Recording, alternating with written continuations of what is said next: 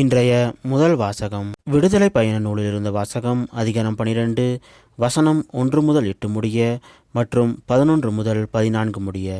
எகிப்து நாட்டில் ஆண்டவர் மோசேயுக்கும் ஆரோனுக்கும் பின்வருமாறு கூறினார். உங்களுக்கு மாதங்களில் தலையாயது இம்மாதமே, ஆண்டில் உங்களுக்கு முதல் மாதமும் இதுவே. இஸ்ரேல் மக்கள் கூட்டமைப்பு முழுவதற்கும் நீங்கள் அறிவியுங்கள். அவர்கள் இம்மாதம் 10ஆம் நாள் குடும்பத்துக்கு ஒரு ஆடு, வீட்டுக்கு ஒரு ஆடு என்று தேர்ந்தெடுத்து கொள்ளட்டும். ஓர் ஆட்டினை உண்ண ஒரு வீட்டில் போதிய ஆட்கள் இல்லையெனில் உண்போரின் எண்ணிக்கைக்கும் உண்ணும் அளவுக்கும் ஏற்ப அண்டை வீட்டாரை சேர்த்து கொள்ளட்டும். ஆடு குறைபாரற்றதாக கிடாயாக ஒரு வயது குட்டியாக இருக்க வேண்டும். தேர்ந்தெடுக்கப்படுவது வெள்ளாடாகவோ செம்மறி ஆடாகவோ இருக்கலாம். இம்மாதம் 14ஆம் நாள் வரை அதை வைத்து பேணுங்கள். அந்நாள் மாலை மங்கும் வேளையில் இஸ்ரேல் மக்கள் கூட்டமைப்பின் அனைத்து சபையும் அதை வெட்ட வேண்டும். இரத்தத்தில் சிறிதளவு எடுத்து உண்ணும் வீடுகளின் இரு கதவு நிலைகளிலும் மேல் சட்டத்திலும் பூச வேண்டும். இறைச்சியை அந்த இரவிலேயே உண்ண வேண்டும். நெருப்பில் அதனை வாட்டி புளிப்பற்ற அப்பத்தோடு கசப்பு கீரையோடும் உண்ண வேண்டும். நீங்கள் அதனை உண்ணும் முறையாவது இடையில் கச்சை கட்டி கால்களில் காலணி அணிந்து கையில் கோல் பிடித்து விரைவாக உண்ணுங்கள். இது ஆண்டவரின் பாஸ்கா. ஏனெனில் நான் இன்றிரவிலேயே எகிப்து நாடெங்கும் கடந்து சென்று எகிப்து நாட்டில் மனிதர் தொடங்கி விலங்கு வரை அனைத்து ஆண்பால் தலைப்பேரையும் சாகடிப்பேன். எகிப்தின் தெய்வங்கள் அனைத்தின் மேலும் நான் தீர்ப்பிடுவேன். நானே ஆண்டவர். இரத்தம் நீங்கள் இருக்கும் வீடுகளில் உங்களுக்கு அடையாளமாக இருக்கும். நான் இரத்தத்தை கண்டு உங்களை கடந்து செல்வேன். எகிப்து நாட்டில் நான் அவர்களை சாகடிக்கும் போது கொல்லும் கொள்ளை நோய் எதுவும் உங்கள் மேல் வராது. இந்நாள் உங்களுக்கு ஒரு நினைவு நாளாக விளங்கும். இதனை ஆண்டவரின் விழாவாக நீங்கள் தலைமுறைதோறும் கொண்டாடுங்கள். இந்த விழா உங்களுக்கு நிலையான நியமமாக இருப்பதாக. இது ஆண்டவர் வழங்கும் அருள்வாக்கு. இறைவா உமக்கு நன்றி. இன்றைய இரண்டாம் வாசகம் திருத்தூதர் பவுல் கொரிந்தியருக்கு எழுதிய முதல் திருமுகத்திலிருந்து வாசகம். அதிகாரம் 11 வசனம் 23 முதல் 26 முடிய.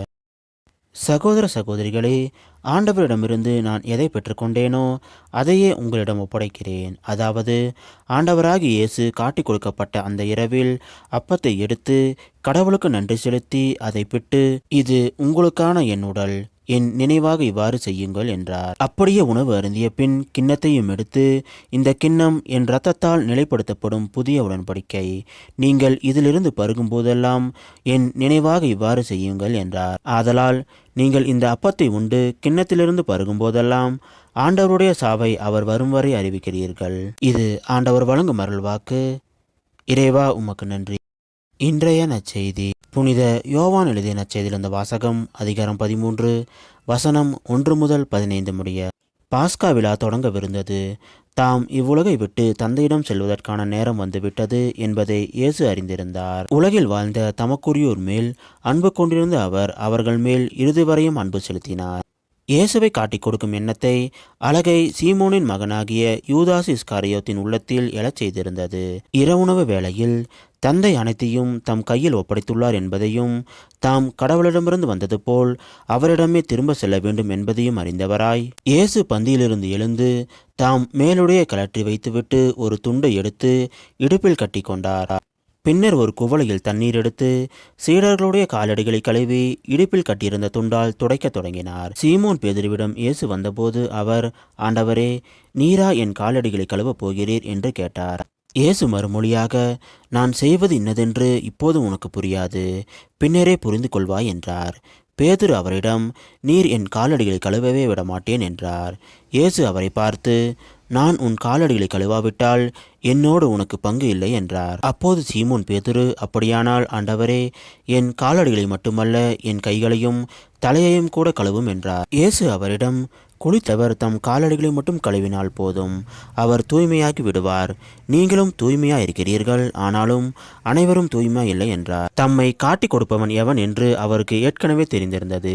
எனவே தான் உங்களுள் அனைவரும் தூய்மையா இல்லை என்றார். அவர்களுடைய காலடிகளை கழுவிய பின் இயேசு தம் மேலுடைய அணிந்து கொண்டு மீண்டும் பந்தியில் அமர்ந்து அவர்களிடம் கூறியது, நான் உங்களுக்கு செய்தது என்னவென்று உங்களுக்கு புரிந்ததா? நீங்கள் என்னை போதகர் என்றும் ஆண்டவர் என்றும் அழைக்கிறீர்கள். நீங்கள் அவ்வாறு கூப்பிடுவது முறையே.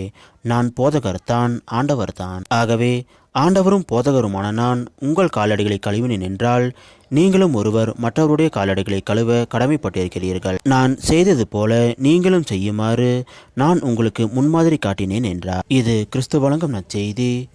கிறிஸ்துவே உமக்கு